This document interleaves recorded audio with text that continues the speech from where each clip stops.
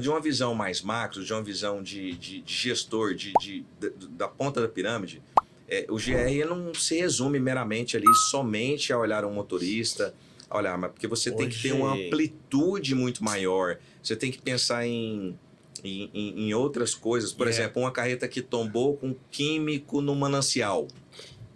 Imagina um BO de uma coisa dessa. Mesmo que o motorista não estivesse bêbado... Crime ambiental, isso aí é muito sério. Então, aí você tem... Por isso que quer dizer, GR... quantas transportadoras tem seguro? Então, o GR tem que ser capacitado para estar analisando essas nuances do que a gente chama de passivo oculto.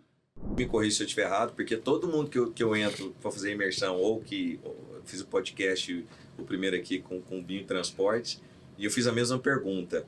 Vocês já viram alguma transportadora quebrar com galpão vazio? Eu não lembro de ter visto. Por favor, o Osmar é o mais centenário, tá beirando 100 anos aqui. Fala eu já Osmar. Participei, eu ajudei a carregar aqui de Noé. Eu não lembro. Agora, cheio eu já vi muitas. É que o Osmar, uma vez ele foi falar com os transportadores, ele trabalhou antes da Lagoinha, foi umas 20. Aí... foi uma. Eu era criança. Tenho vários conhecidos que fecharam a porta recentemente, nos últimos 6 meses, trabalham com volume grande. Então, tendo a capacidade... Não, isso é diferente de transportadora de carga fracionada, né? Ou de transportadora de carga lotação. Que transportadora de carga lotação também não se quebra por falta de pedido. Se quebra por excesso de pedido. Demanda. Né? E na minha imersão a gente trabalha muito essa questão. Eu entrei propositalmente nessa questão da precificação para saber dos seus fundamentos, porque eu tenho o meu quarto ponto, numa sequência lógica, eu falo justamente disso. Aprenda a precificar, e uma vez que você aprendeu, aprenda a dizer não, com respeito, dignidade. Você não precisa gritar, você não precisa deixar o cliente na mão. Sinaliza ali com 10 dias, 15 dias, e se você tiver preferencialmente trabalhando com agregados por quilômetro ali, isso fica muito mais rápido e dinâmico para você desmobilizar, né? Porque quando você tem uma frota própria é muito complexo, e você desmobilizar, dizer não, e um faturamento menor com rentabilidade é um faturamento rentável, ponto. Eu sou da escola do EBITDA, né? A Translag, ela nunca cresceu exponencialmente, vocês sabem disso. Eu nunca deixei ela crescer exponencialmente, porque toda vez que ela dava um pico ali de 20%, 25%, eu gritava, eu chamava vocês, eu chamava os operacionais, eu falava, corta coleta, corta cliente novo, vamos arrumar a casa, vamos de novo reprocessar para entender o que está entrando. Muito barulho. Porque barulho demais, entra gente aleatória, entra caminhão aleatório, carrega-se caminhão mal carregado, some-se mercadoria, quebra-se mercadoria, e aquela coisa toda. Então, e a gente tinha um foco ali eternamente, o tempo todo no EBITDA. Tinha que fechar ali com 15%, que eu não abria mão, porque a gente sabe que, mesmo fechando com 15%, vez ou outra tinha pênaltis que lambia 10% de um ano inteiro, que é a famosa avaria que eu também teço na minha imersão, com muita propriedade, o que o cidadão tem que olhar ali, que é uma nuance muito mais complexa do que você imagina, né? Sim. De maneira... Como é que você trabalha hoje o seu gerenciamento de risco, Arley?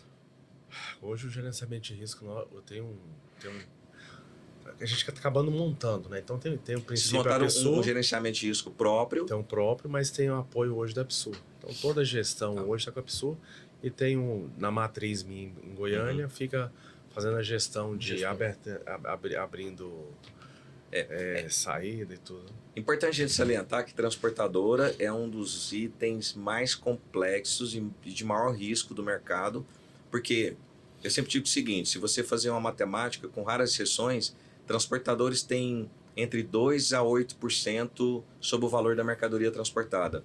A depender disso, o cara trabalha com soja, que é um valor agregado menor, ele sobe um pouco.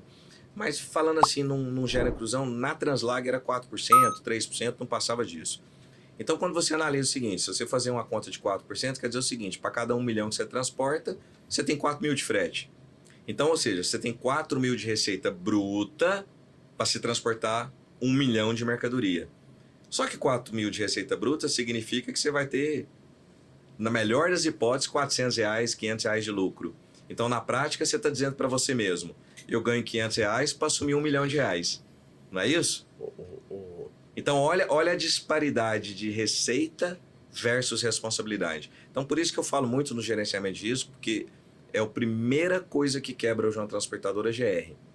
Tivemos um acidente aí, que antes do podcast que nós estávamos falando, que matou 41 pessoas, que o motorista estava drogado, estava com a habilitação, não era vencida, era suspensa, né?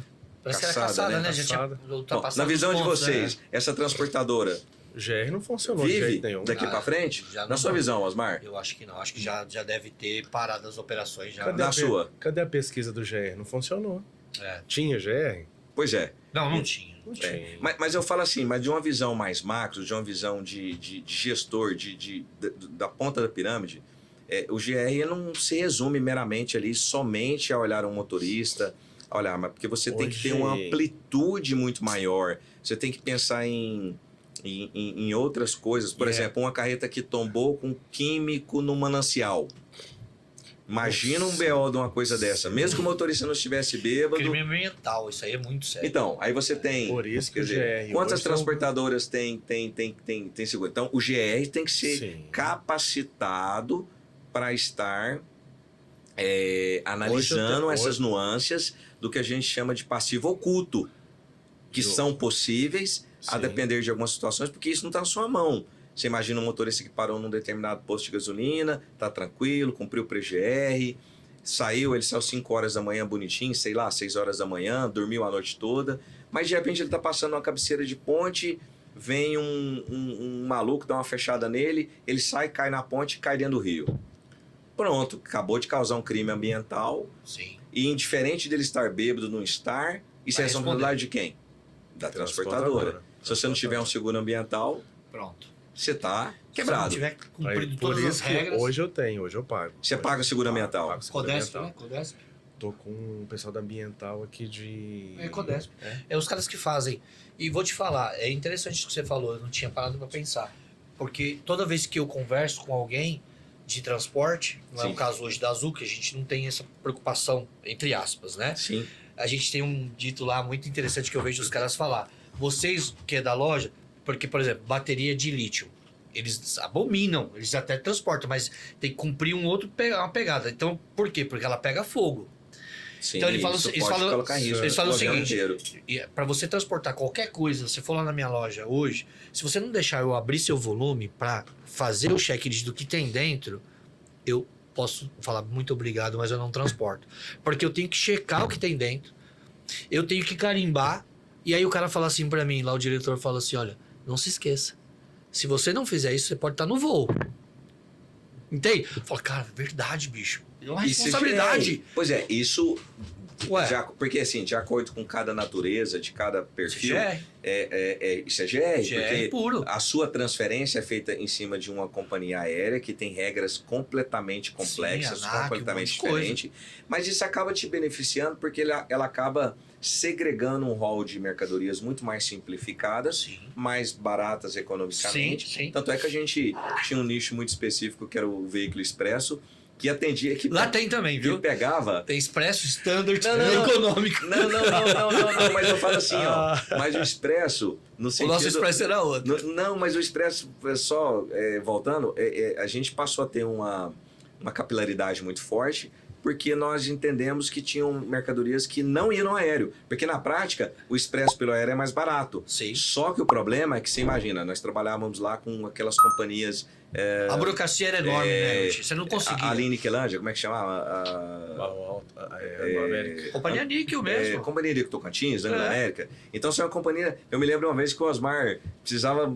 Tinha um detonador. Como é que você coloca isso no avião? Sim. Você tinha que Ele pegar um carro... acendia a fornalha Era uma caixinha desse tamanho, só que não pode colocar dentro do avião. Nunca. Então, acabou sendo um nicho específico, mas tinha um GR todo específico ali, né? E lá é isso. Se você, por exemplo, você inspecionar e mandou chegar lá no Teca, que são nada mais do que os CDs, passa pelo scanner.